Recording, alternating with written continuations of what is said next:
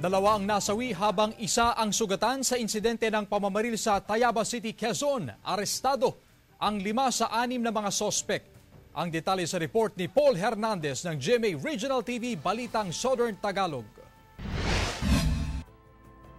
Bagong taon pero nagluluksa ang pamilya Ormacido ng Barangay Isabang, Tayabas, Quezon nang pagbabarilin umano ang mga biktima ng 3 gunman sa bahay nila. Patay ang mag-amang Elgelito at Joselito habang ang nakababatang Rico Ormacido sugatan sa pananambang. Nagsilbi raw lookout ang 3 pang umano'y kasabwat sa pamamaril.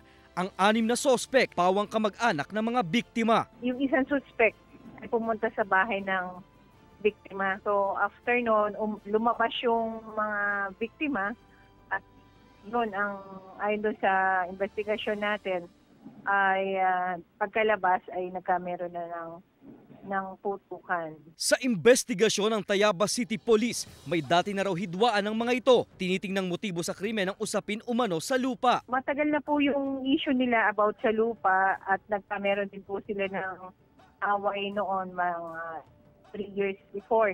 Nagano na po sila nag-away, nagtagaan.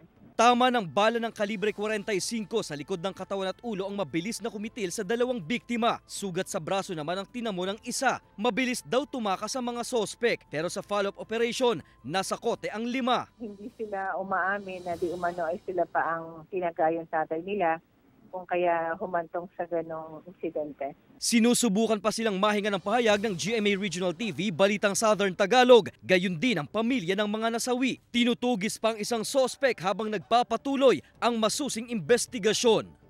Mula sa GMA Regional TV Balitang Southern Tagalog, Paul Hernandez nagbabalita para sa GMA Integrated News.